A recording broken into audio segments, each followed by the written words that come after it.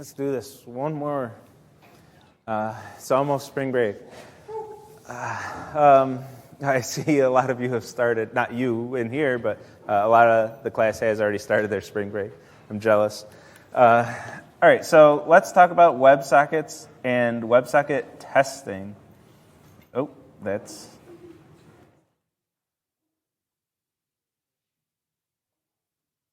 server, WebSockets.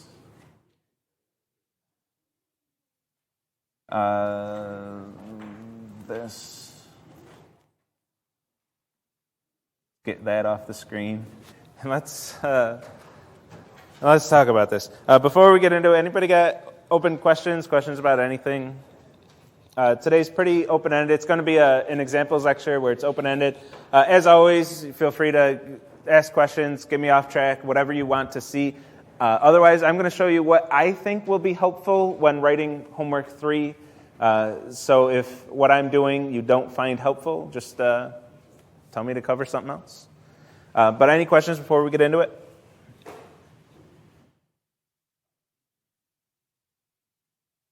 Actually, I want to start over here.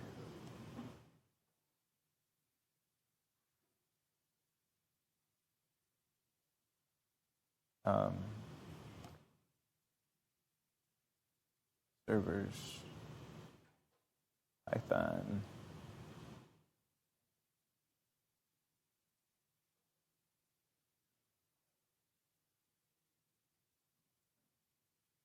No, yes, we do have a question.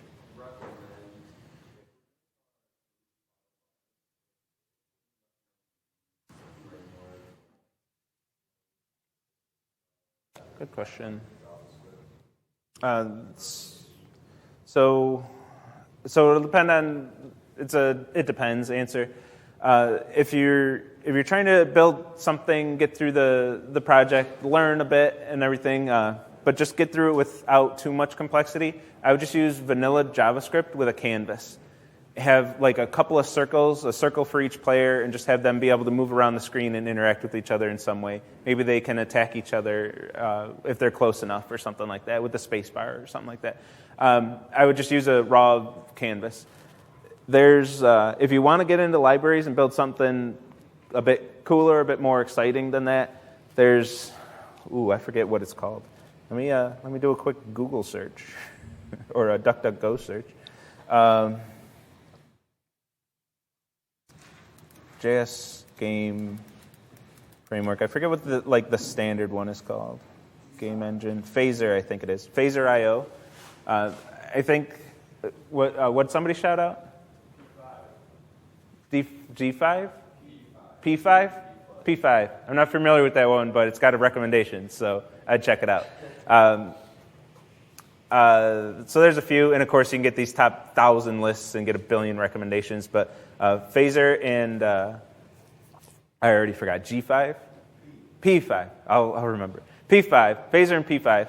I would go with one of those two if you're looking for a framework. Backend, it would be, unless one of the frameworks says, hey, here's how you build a backend, just build it like how you would a regular web server. Just build your endpoints and hit those endpoints whenever you need data, especially data shared between clients, and then get that data as the response to either your AJAX requests or your WebSockets, and then stuff them in the framework that you're using on the front end. Or I'm sure there's a library out there that does front end and back end, which might be P5, for all I know. Any other questions?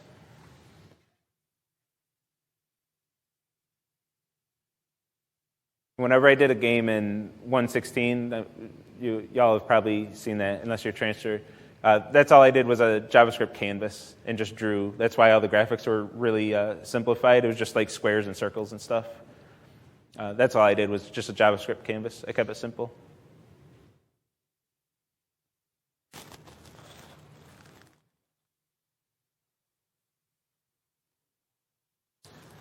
Okay.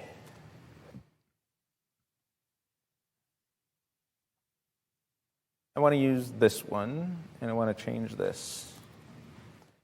So now that we're doing WebSockets, we have to be concerned about multi-threading. If you're using Python socket server, well, I'll start with the punchline. If you're using Python socket server, if you have TCP server, you're going to have a bad time. If you just add the word threading here, you're going to have a good time. That's the difference. Just add threading right there. So what's the difference between them? Well, of course, the threading one is multi-threaded. But let's modify this a little bit, actually. Let's send something to the client.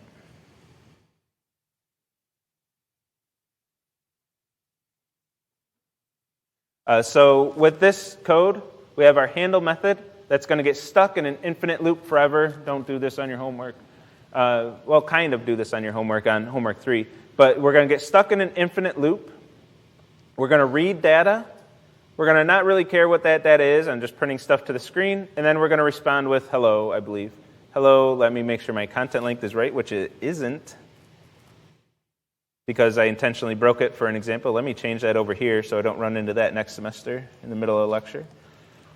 So server 2 is going to just respond with hello and then go back to the TCP socket and wait for another request.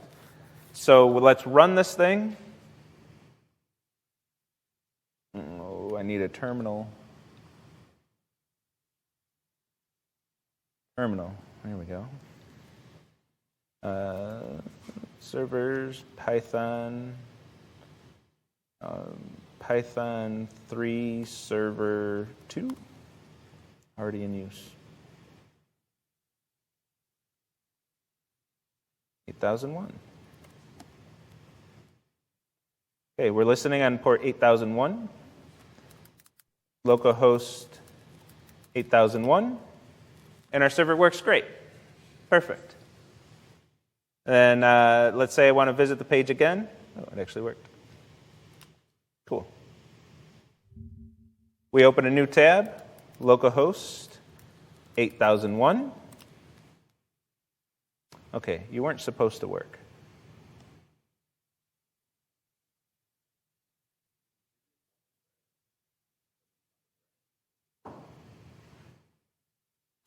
It shouldn't be a thread here. This was actually supposed to break. No, I see what's happening. So it worked there. Let me go into Chrome. I guess I could have just used that tab. Localhost 8001, and the server just hangs. And go into Firefox. Firefox is all my Spotify stuff. And it just hangs. It's not doing anything. Let's go back to Opera. Let's close these. Open another one. Localhost 8001. Man, I'm surprised that actually works. It's pretty slick. So let's close this down. Let's shut this down. I'm just going to go to 8002 so we don't have to wait for it. Let's go to 8002. Go to Chrome 8002, and we get hello. So it works in Chrome now. Before it worked in Opera, not in Chrome. Let's go to Opera 8002, and it's going to hang. It says hello, but that's just because it said it before. Site can't be reached. It just hangs and doesn't do anything. So this is because my server is not multi-threaded. Let's see if we can refresh here. Yeah, we can refresh here. We'll reload the page. But when we go to see what's happening with this is because our server is not multi-threaded right now. I don't have the word threading there. So that means there's only one thread for my entire server. And if that thread is busy doing something, nobody can use my app. So when I get a request, I have this code that's waiting for a request for a TCP connection. A TCP connection is established. It calls the handle method. And then when that handle method ends, then we go back to the server code, look for new connections, do the three-way handshake, get another connection, call handle, and handle one request at a time. This is fine for homeworks 1 and 2. Homework 2, I explicitly say only one person's going to be buffering simultaneously. Only one person's going to be uploading an image at one time. So that's perfectly fine. But now that we're getting into WebSockets, the whole point of a WebSocket is to keep the connection open. So if we get stuck in a loop inside the handle method, the handle method never ends, and our entire server is dedicated to that one TCP connection. Now we can look at the data that we got. We can see that the port is the same on all of these receives. So when I was using the same browser, that browser, surprisingly, even when I closed the tabs and opened a new tab, was reusing that same TCP connection with my server. I didn't expect it to do that, to reuse that to that degree. But it's constantly reusing that TCP connection in the same browser. But when I open up Chrome, Opera's not going to share data with Chrome and say, hey, I got this TCP connection you can use. Not going to happen across browsers. So Chrome said, okay, I got to start a new TCP connection with this server, but my server's busy only doing one thing that's stuck in this while-true loop with the TCP connection for Opera. If that connection, if I could ever get out of this loop, then I could be ready for another TCP connection and talk to multiple browsers, multiple clients. Of course, this is all on my same laptop. If this were your app deployed on the internet and you have one user using your app and that's all your app is doing, and a second user says, oh, I'd like to check out your website, and they can't, obviously a bad thing. We need to be able to handle multiple clients at the same time. So we need some level of concurrency. We need to be able to handle multiple connections simultaneously. Now that we have WebSockets and we're keeping the connections open, we want more than one WebSocket connection simultaneously. So we're going to have some level of concurrency here. With Python, that's as simple as slapping threading here. Because we're using Socket Server, Socket Server just has a threaded version of itself, and we're just going to be able to use that. If you're one of the adventurous people, I don't know if anybody's done this semester, but if you did import socket instead of Socket Server, I always recommend early and often in this class to use Socket Server instead of Socket. This is why. If you're just using Socket, this is going to be painful to be able to get multi-threading. It's possible, and honestly, you'll learn a lot. So if that's what you want to do, if you want to get into the nuts and bolts of how it works, you'll learn more if you just import Socket and build your own multi-threading, or your own concurrency. But if you have Socket Server, you slap threading right here. I should have stopped that a while ago so I didn't have to change the port. We're going to fire this up.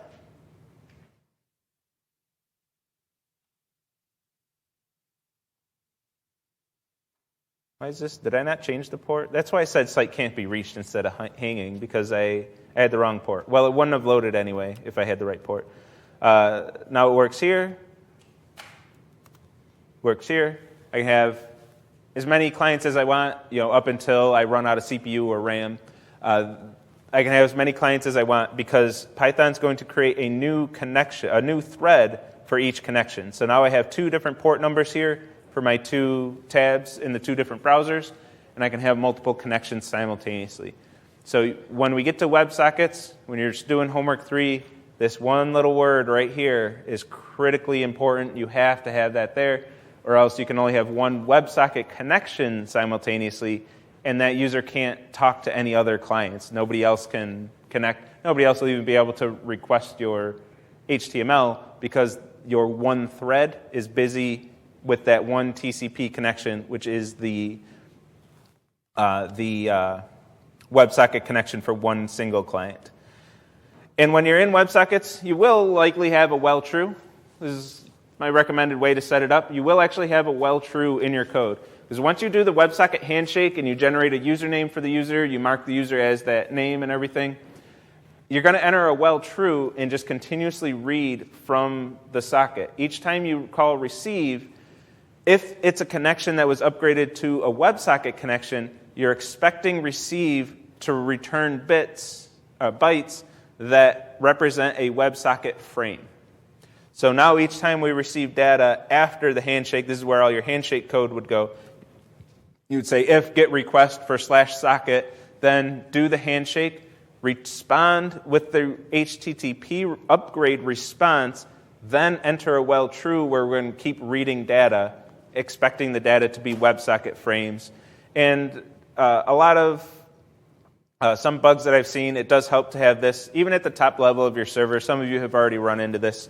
If you've received an empty data, just get out of everything.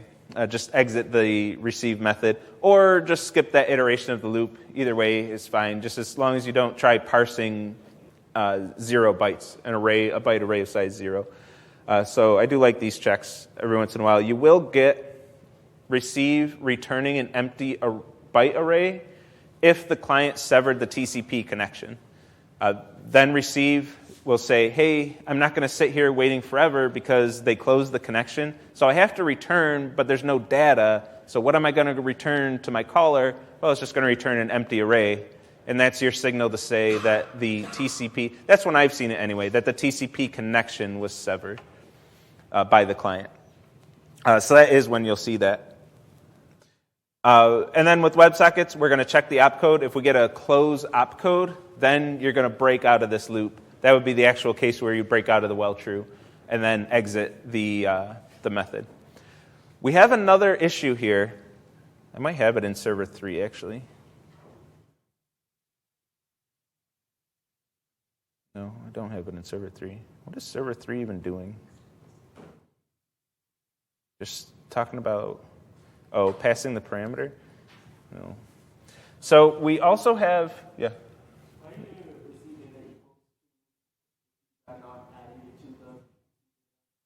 Because I'm not buffering.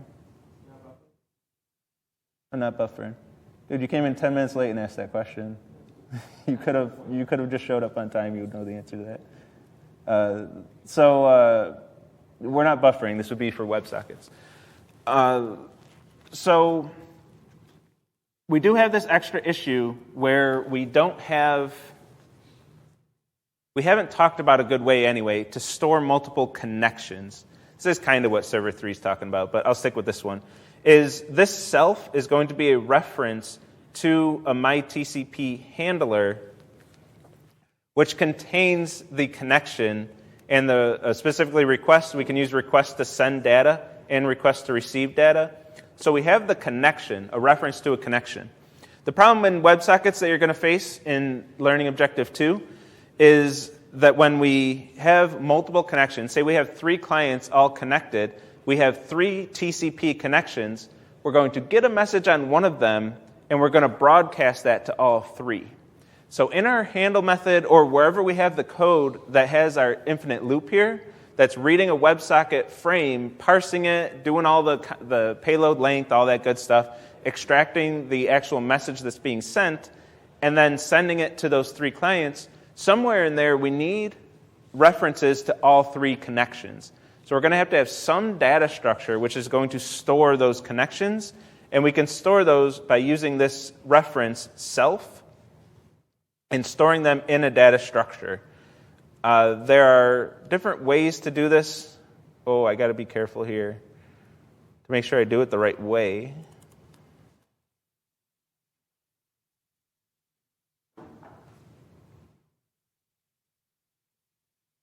Because I did the wrong way last semester, and then it caused a bunch of office hour questions. So let me be careful on this one, because Python is a little janky with this at times.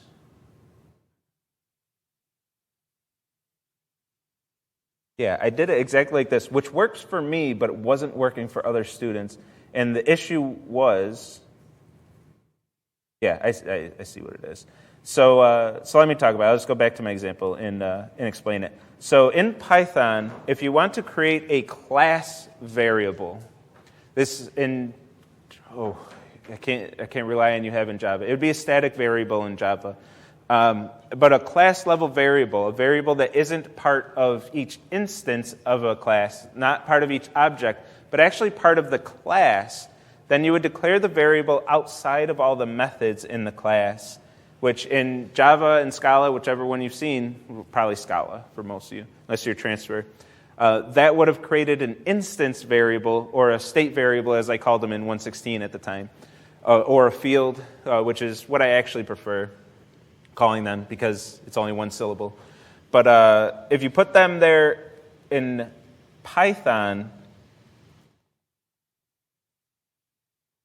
it's going to create a class variable. So this is part of the myTCP handler class.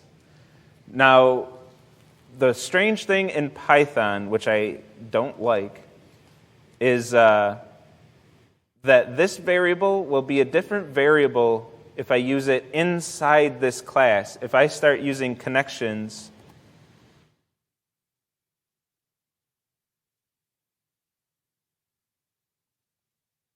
right here, that's going to insert into a different variable than if I use it outside of this class. So something to be careful of. That's the thing that I saw in office hours a lot last time. So if like in server 3, I import server 2, and then somewhere in here I do server 2 dot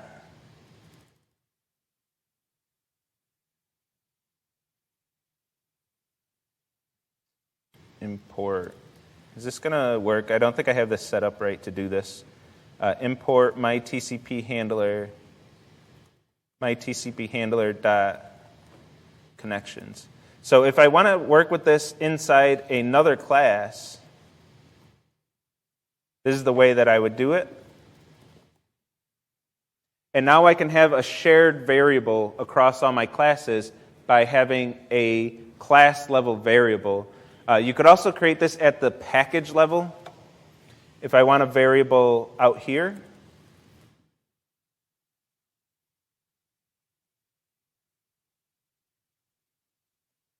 and then I would just import my TCP handler.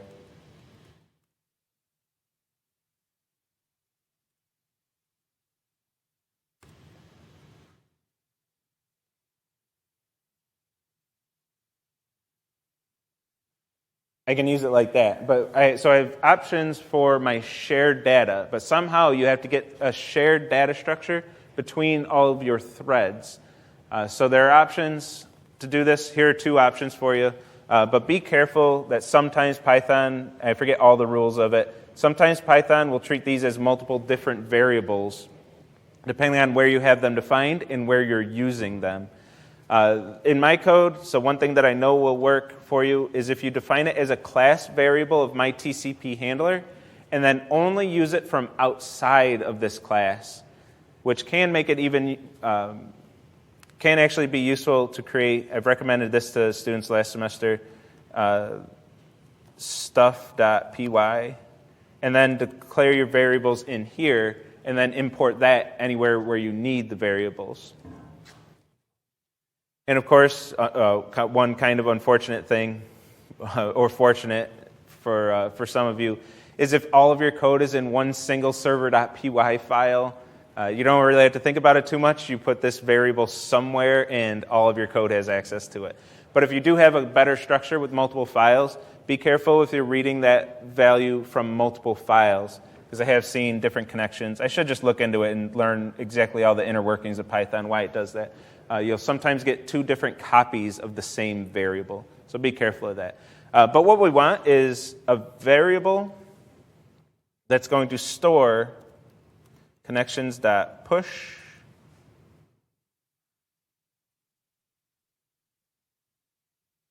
client ID, and we'll print the connections.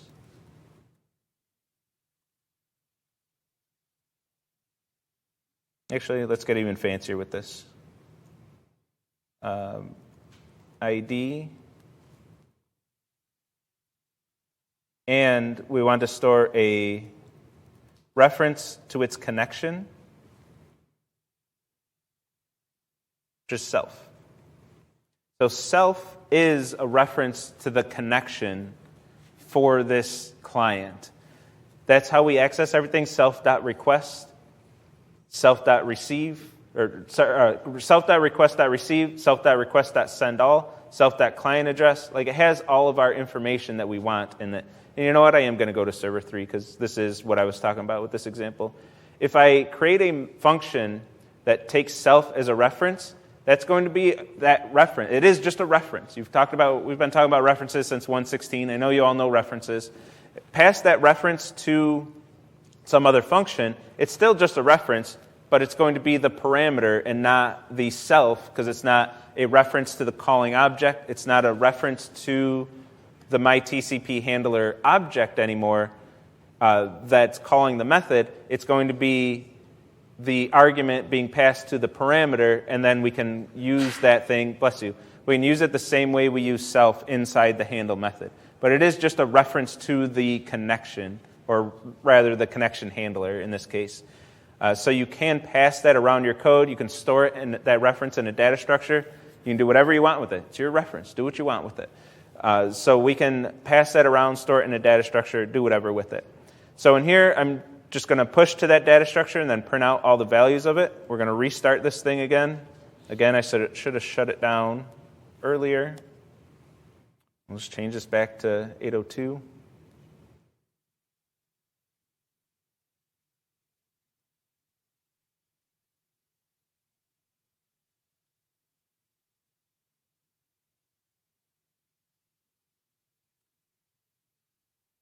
It will go to both our browsers again.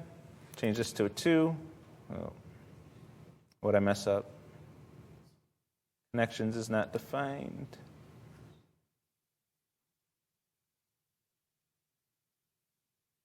Because connections is not defined.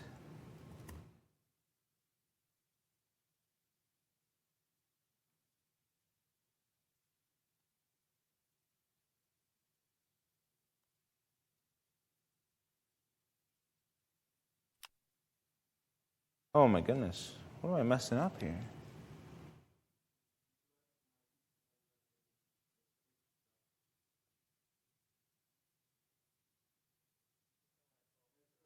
Line 12. Oh, literal stuff, the string stuff, thank you. You're redeemed for showing up late. Oh my goodness. Just work for me. Is it append in Python? I always forget what it is. I always get it mixed up between Python and JavaScript. This is why I need my IDEs. I don't have to remember any of this stuff. I just changed it from 2 to 1. They're both in use now. We'll go to 3.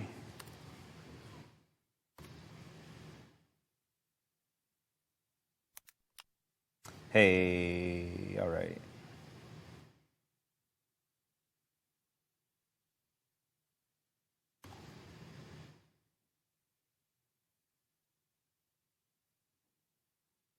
Okay, now we should see a whole bunch of garbage.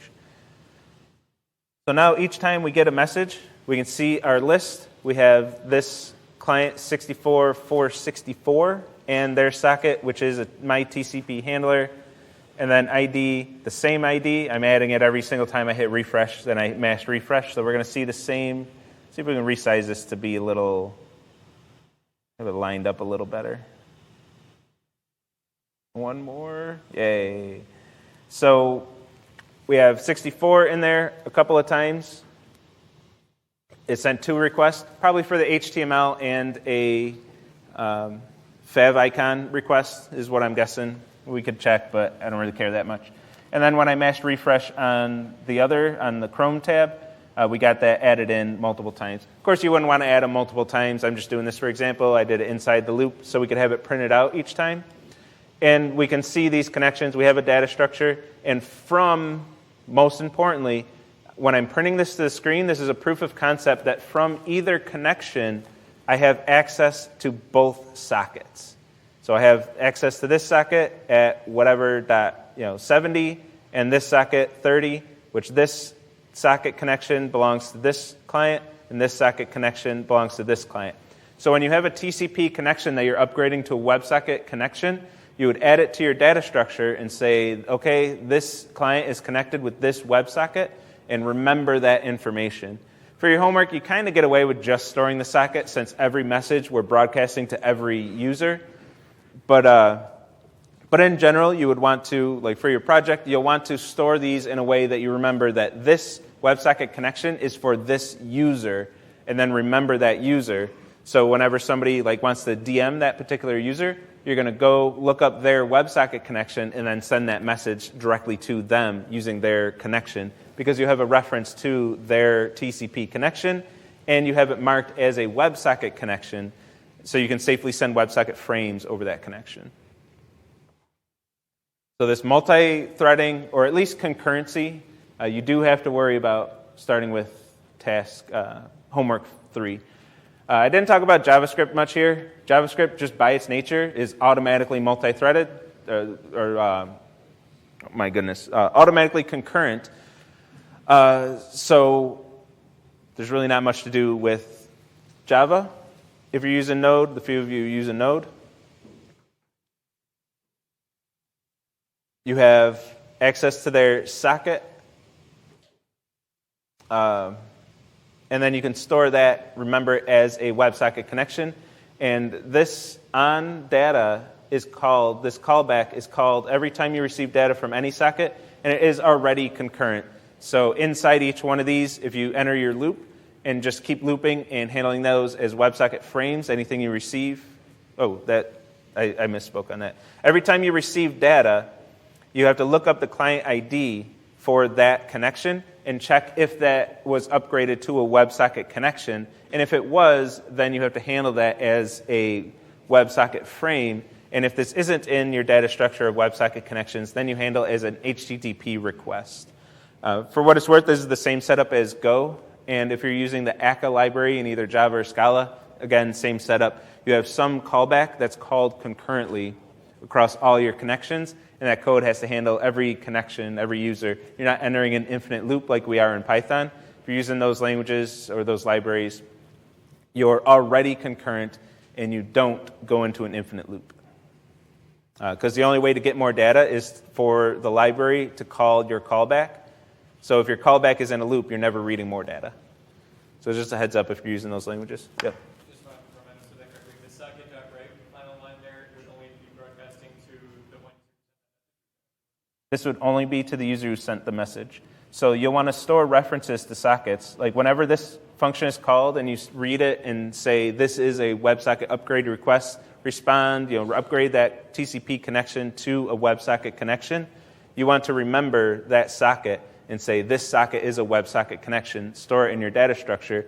And then if you get a frame over a WebSocket connection that you want to broadcast, you go to your data structure with all those sockets and call write on every single one of them. Go through a loop, say for socket in WebSocket sockets, WebSocket TCP connections or whatever. For each of them, socket.write, the frame that you're sending off to them. Sound good?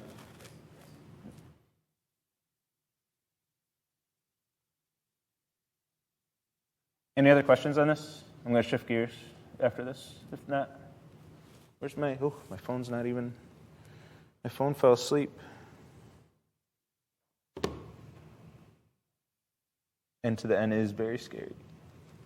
What about http.server? Can we use that? For your project, yes. For your homework, no.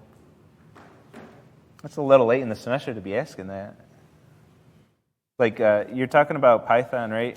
Where, like, if you have import HTTP or const HTTP equals require require, do I have to type all of require? HTTP. If you're using either one of those, you're wrong. You can't use those in your project.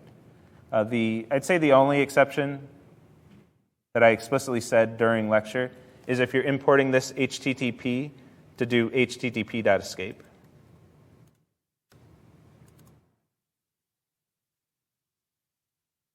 Why does it not want to? I'm not going to mess with it. That should have worked, I felt like. I'm not going to mess with it to figure out what I did wrong there. Are you getting different bytes of data every time? Is it because of the browser? I think that is because 703, it should go in pairs, 803, 703, 803. I believe that's because, you know what, I guess we should just check it. Because it's getting a request for the HTML and then a request for the fav icon. Yeah. So both of these just have different headers, and the headers happen to be different sizes. Because I'm not checking like the content length or anything. This code's straight up checking the number of bytes that I received. So those two requests just have different sizes for the browsers.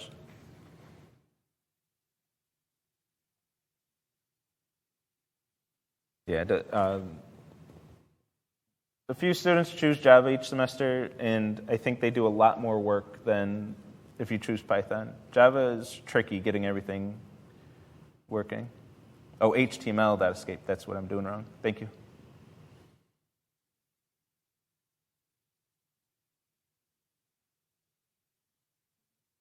I'm actually going to shut that down this time. Let's move over to not IntelliJ. Unless you want to do some 116 stuff. To this server. The server that I have to be very careful of not showing too much of. So let's talk about WebSockets and what to do when we actually get the WebSocket message. And for this, let's run this first. What I recommend is actually testing your WebSocket stuff. Testing like through homework for homeworks 1 and 2 can help. I did test my code. Like I found unit testing helpful when I write homework 2 solutions to parse the multi-part request. I took one big multi-part request, I copied it, and I pasted it into my test case. I wrote down all my expected stuff, and then kept running my code until I got all the expected stuff. I did find it helpful, but I think you get through homework 2 without too much pain without testing. Homework 3 is where testing really comes in. Doing homework 3 without testing would be such a pain in the ass that I would not ever want to attempt it. It would be absolutely painful. A lot of you do it without testing, and I see the pain you go through, and I every time I'm like, why didn't you just listen? Like, it'll take you, I don't know, maybe half an hour to set up your tests, and it will save you more than half an hour. I can guarantee you that, unless you just one-shot the thing like a pro, which is really tough to do with bit parsing, unless you've done a lot of bit parsing before. So let's talk about how to set up those tests. Of course, you can use the debugger. I don't think we'll use the debugger today. But one thing that's helpful, since it's the first line of code, let's just talk about this. When you're converting 2 bytes, I have this integer, 4, very unassuming, and I need it to be represented using 8 bytes. Very much something you'll have to do in your when you're constructing your WebSocket frames. There are methods to do these things. You don't have to reinvent the wheel. You can. In my solution, I did, for what it's worth. But a lot of students found this, and it wasn't fair to the students who found it versus students reinventing the wheel. So I just want to share it and say this is allowed. The 2 bytes, there's also a from bytes to convert to and from byte arrays to integers. And it can cut down a lot of the work in your payload lengths. So x 2 bytes, the number of bytes you want to represent, and the order of those bytes, whether you want the first bytes to be the higher order bytes or you want the first bytes to be the lower order bytes. For our payload length, we want this in big endian, where the first bytes are the higher order bytes. Each byte will be also big endian, I guess. So this will give me the byte array 0, 0, 0, 0, 0, 0, 0, 4. And if I have 0 being a much larger number, why don't we increase this thing? It's going to represent that in 4 bytes for me. It's going to give me those 4 bytes. One of them was the ASCII value for P, so Python, thinking it's helping me out, is actually displaying the character P instead of the byte value for it. But it's still printing out the value, giving me the value as an 8-byte, a byte array of size 8, which is ready to be appended to my WebSocket frame, the byte array that I'm going to send over the TCP connection. And I'm going to test the handshake. So let's take a look at this test handshake method. Test case doesn't have to be anything complicated. I have the key and an accept. This is what I showed not last time, but on Monday, where I went to Twitch and I went to the console, found a 101 request that I knew was a WebSocket upgrade request, and then I grabbed the headers. I grabbed the key and accept from the request and response, respectively, and that's my test case. Whatever method I have that's computing the accept from a key, this is a valid test case. I know that on this input, I have to get that output. And honestly, you don't need more than one test here. If you get one test, the likelihood that you're not passing every single possible test case is quite slim. So one test case will suffice on this. If I get this input and I get exactly this output, I'm feeling good. This test, I'm going to call my method to compute and then just assert. You don't have to get fancy with the framework if you don't want to. Python just has a built-in assert function. If I add something to the end of this, let me add parentheses just in case I don't have my order of operation. The assert's going to tell me, hey, your test failed. So it's going to work just like an assert in a full library. Well, not just like, but similar to that. It's going to crash if something goes wrong, but if everything goes right, it's just going to be fine. But it's going to give me some feedback about what happened. It's actually pretty handy, and it's built into Python. You don't have to do any external libraries or anything. So I'm just going to assert that those things are equal, and then give my hint text if they're not. And if it passes, nothing happens, and I'm happy. Please write a test case like this. Do this testing. There's a common error. I had this error. I wrote this test case, running my code, tested my code. I had a bug in it. I was computing this with a trailing new line. I don't even know. I don't even want to think about how long that would have taken me to debug if I didn't have my test case. My test case just said, this with a trailing new line doesn't equal that without a trailing new line, just to let you know. And I'm like, whoa, what the fuck? And then I fixed it. And then I was done. Like a minute. If I didn't, and it was a white space issue, and I'm trying to look in the browser console to find out what's going wrong with that, the browser probably won't even display that to me. It won't work. It won't do what it's supposed to do. But it probably won't display it in a way that shows that white space. It's going to be a pain to debug, and I know that because in office hours I get this question every semester, why isn't this working? And then I say, where's your test case? I don't have a test case, and we eventually find out that the answer is they have a trailing new line character. And I say, I talked about this in lecture, and all of you, I'll do the same thing. If you come to office hours with this issue, where's your test case? I showed you this in lecture.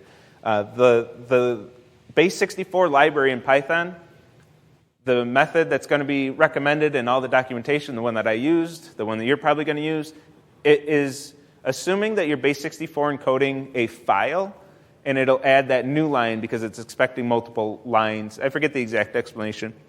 They'll add that new line. So you either want to call the method that's expecting one value to base 64 encode, or strip the new line is the cheesy way out of it. But whatever way you want to do it, make sure you don't have that new line. Write a test case, and you will see that immediately. Without a test case, you're going to waste hours of your life for nothing because you didn't want to take a few minutes. Honestly, this test case doesn't even take long to write because you didn't want to take a few minutes to write a test case. Don't be that person. Don't do that.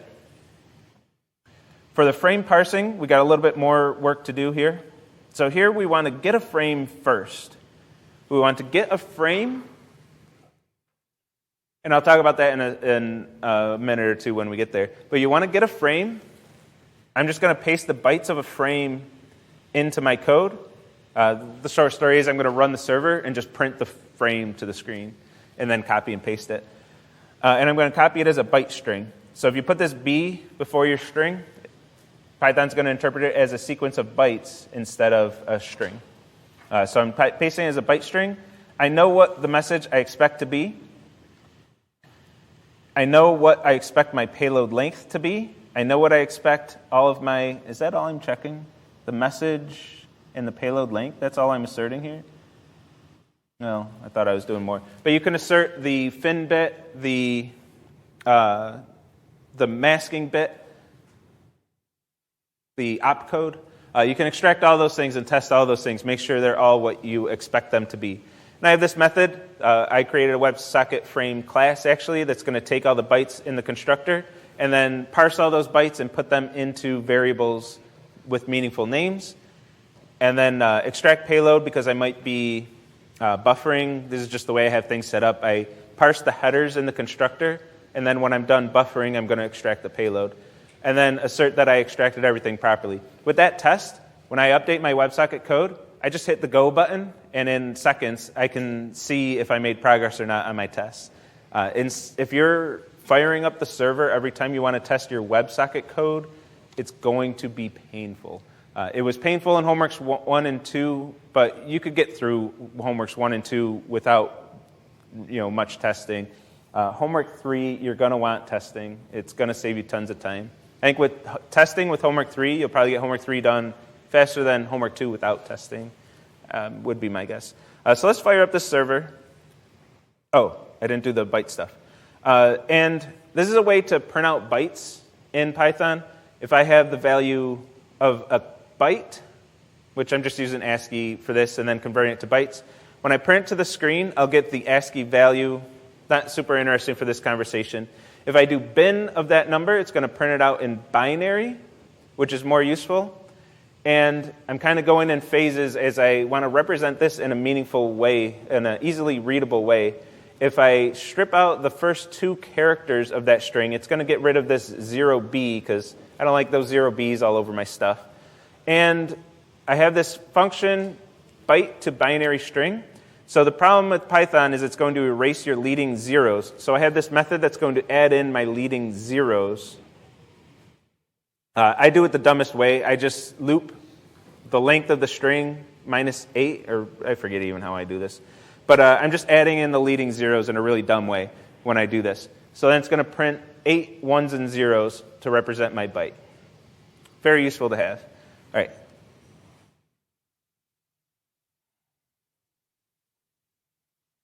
Got my import. Good. Run my server. Port 8000. 8000/webrtc. And I'm going to chat. What the hell happened? Hello, send.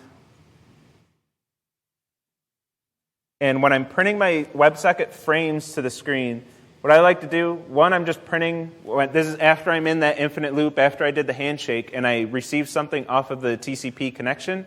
I expect it to be a WebSocket frame. First, I'm just printing out all the bytes of that frame.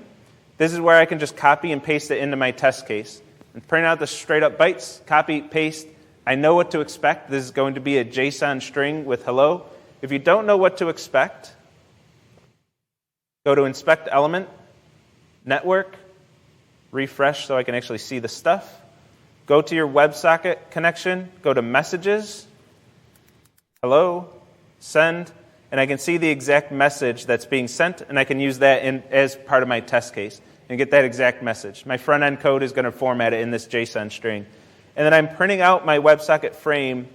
Each 4 bytes, I'm adding a new line character, so it's printed in the same way that we expect from the